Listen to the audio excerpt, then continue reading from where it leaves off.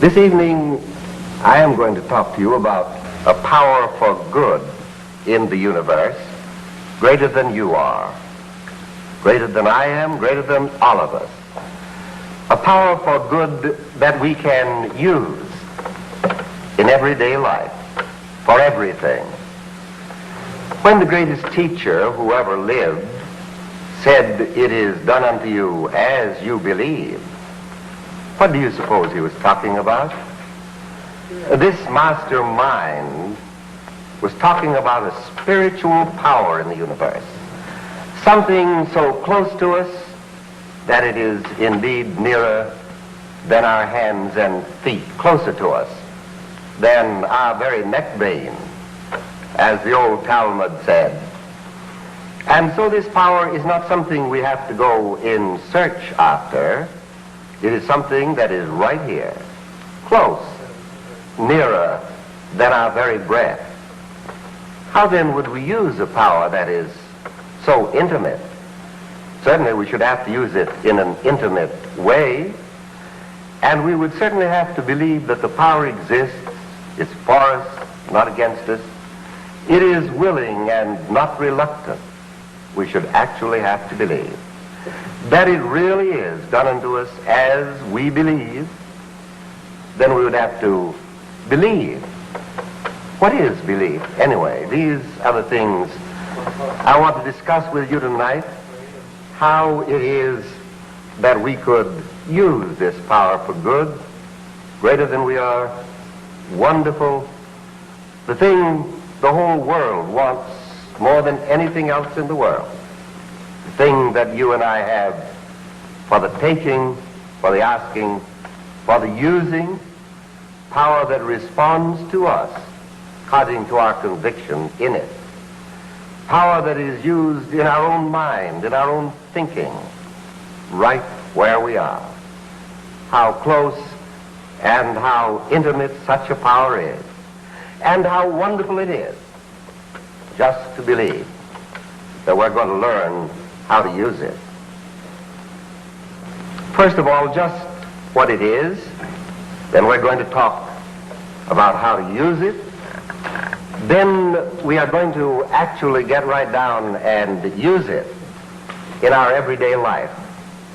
First of all, the power that is bigger than you are and greater than I am is, of course, a spiritual power.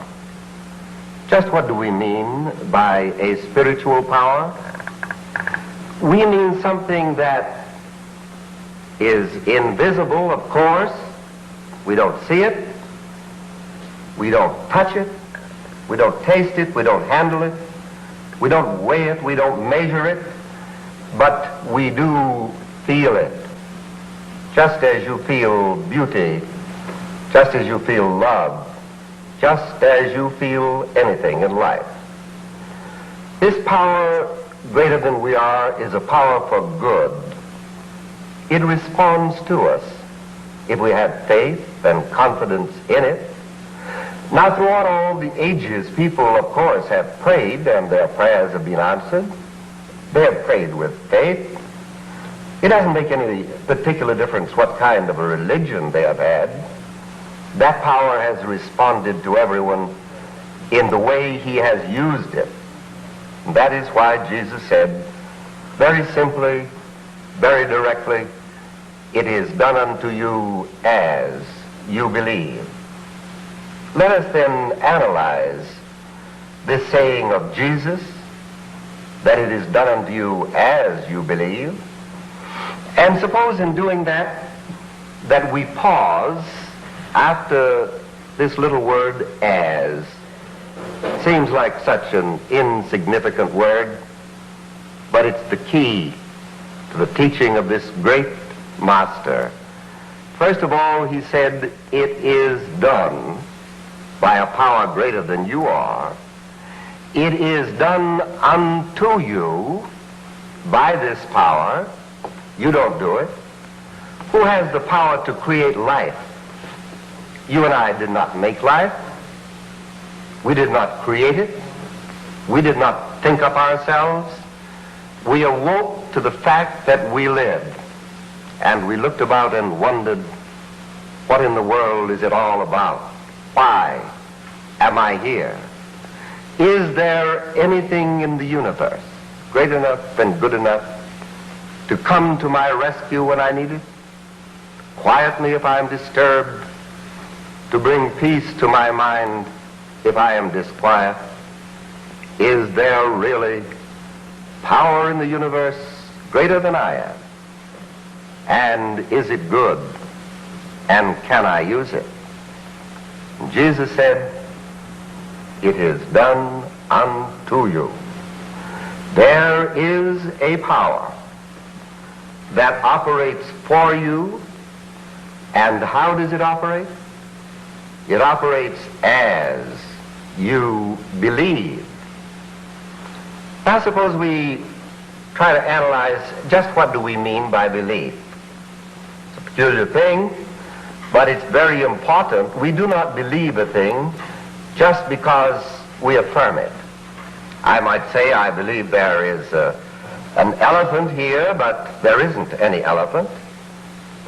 I might say there is thunder and lightning here, but I know there isn't. Belief is something that our own mind does not doubt. It is something that we ourselves inwardly do not deny. You can tell right off if you believe what you're saying. Shakespeare caused one of his characters to say, "My words fly upward, my thoughts remain below. Words without thoughts cannot to heaven go." So you and I do not have to study very much to see, do I believe that there is a power greater than I am? Why, of course we believe it. Some mysterious thing which we call gravitational force holding you and I in place right now where you sit in your home. I'm standing here by this podium. I do not wonder whether or not this power is going to hold me in place. I walk a little to the right or to the left. I change my position. Always I am certain there is a power greater than I am holding me in place physically. Now all I have to do is just to transpose this and say there's another kind of a power. It is greater than I am. It responds to my belief, my faith, my confidence in it. And as soon as I establish this, then I must be certain that I actually believe. Now probably this is the key to the answer to every prayer that was ever answered since time began. The prayer of faith, of conviction. Again, the great teacher, the great metaphysician, the great wayshower, he said, when you pray, believe that you already have what you're asking for. You know, Jesus didn't say, God or this power will be displeased if you ask for a loaf of bread, and as a matter of fact, he fed the multitude. He did not say, God or this power doesn't wish you to have any enjoyment in life. He spoke of a joy which would complete ours. He said, it is done unto you, but as you believe. Therefore, he said, when you pray, believe that you have. Just believe that you have. Is it so hard to believe that we have? We believe that tomorrow will come.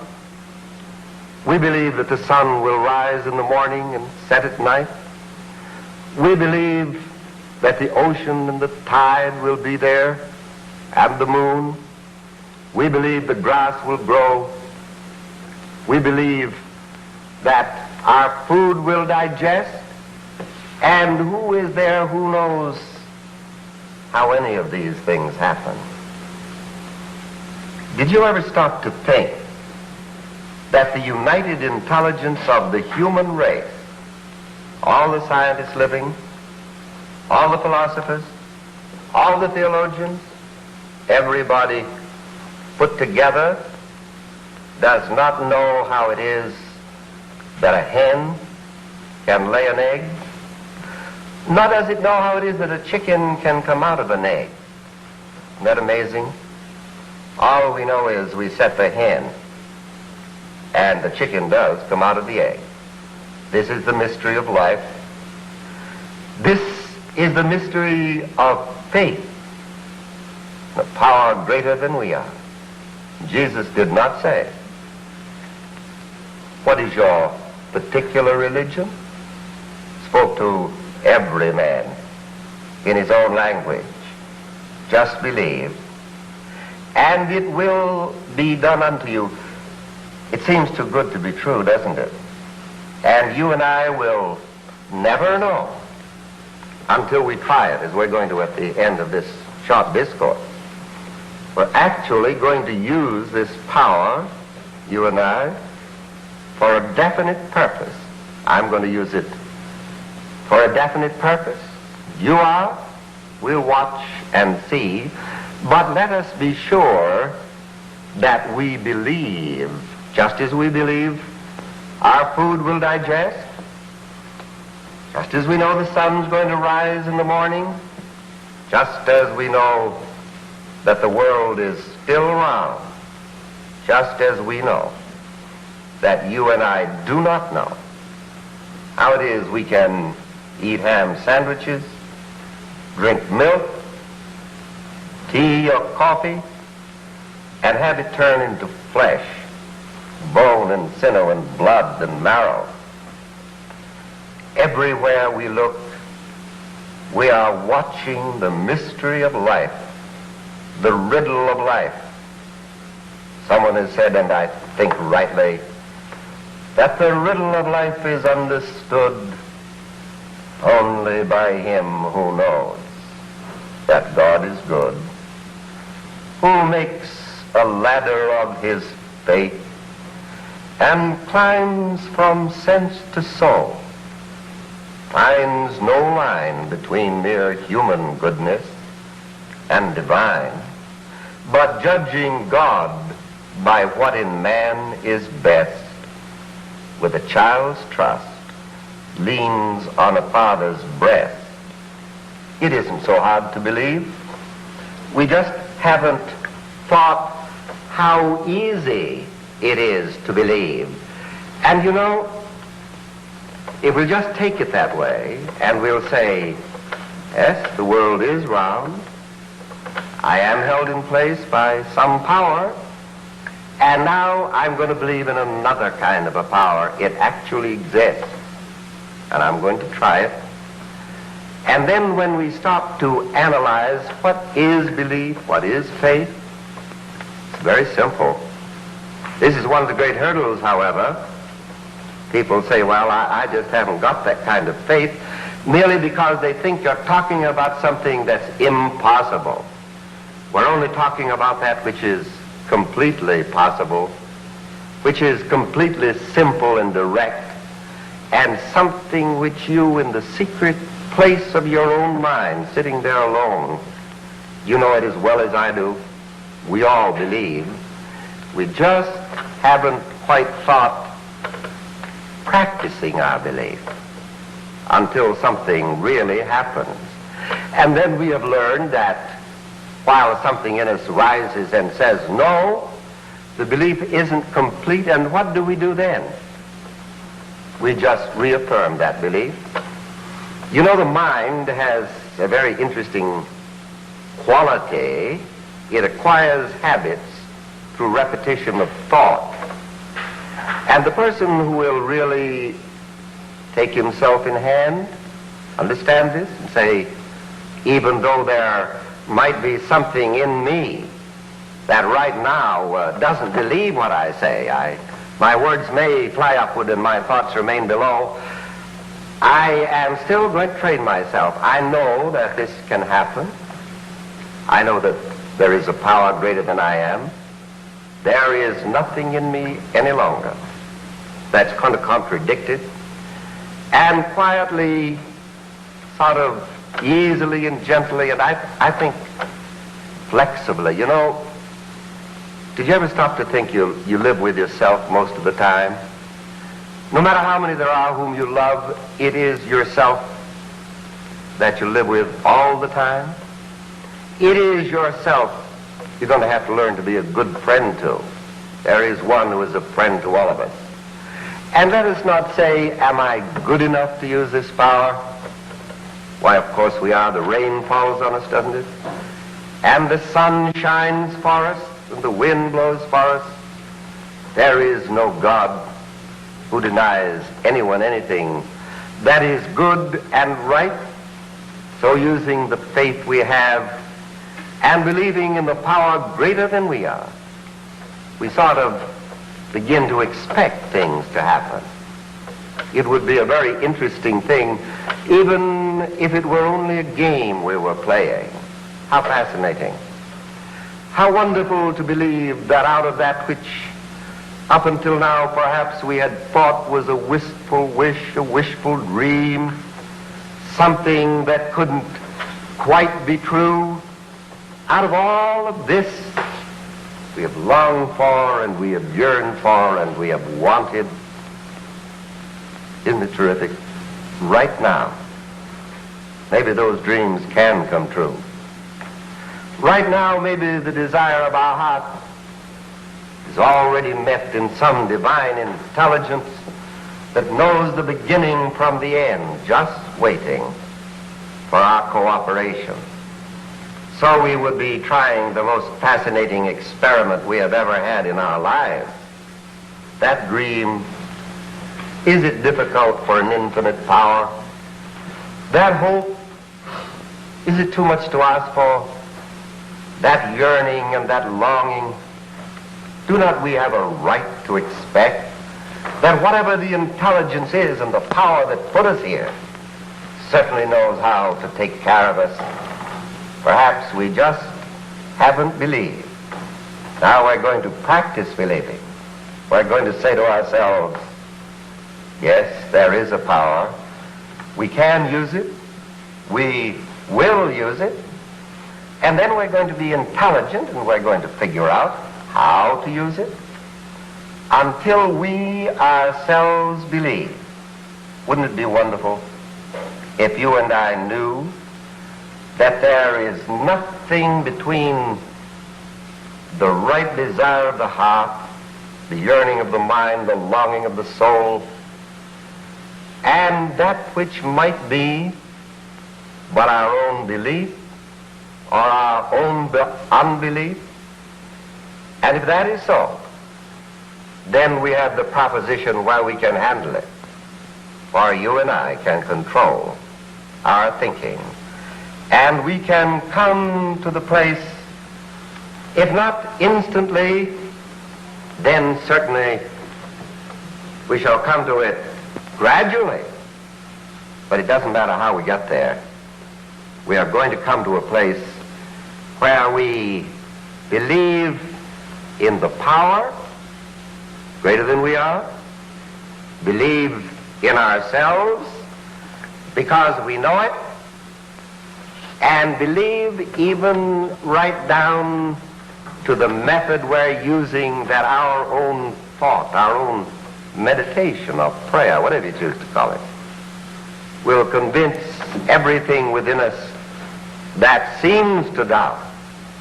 And perhaps out of all the doubt and the yearning and the longing, you and I will come to know there is a power greater than you are, than I am, and we can use it.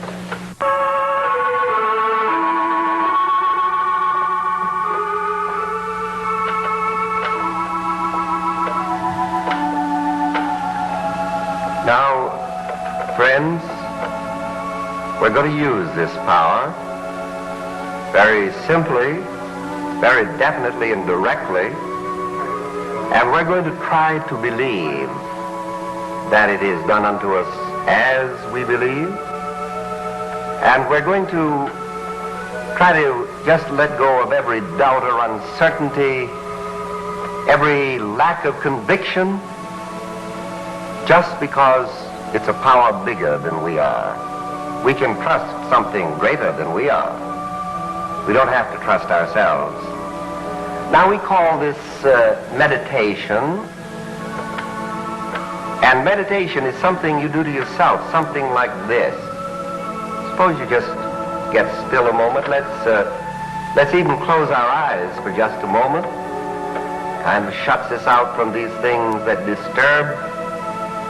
And let's say, I really believe right now, down deep in my heart, there is a power for good. This power is directing me because it's intelligent. I shall know what to do. I shall be directed. There will be some impulsion, something that will tell me what to do. There is an intelligence, you see, that actually knows. So let's turn again to it and say, every thought and idea that is necessary to the accomplishment of the good thing I desire, which expresses a more abundant life and which brings only good to everyone. It's all happening to me now. Now that's quite simple, isn't it? But if this power is here, if it works the way I'm sure it does, then it works on the simplicity of our own thinking. It isn't profound words. It isn't any spiritual gymnastic we go through, just like a child. It's guiding me. It's directing me right now. Now let's again turn our thought inward, close our eyes, and let's say, each one of us, that we greatly desire that we shall bless everyone we meet, that we shall bring happiness and joy to every situation. Let's believe that it is true, and then it will be true. And it's true not because you and I know very much. We're very ignorant. But there is a power, and it does work, and it's working right now.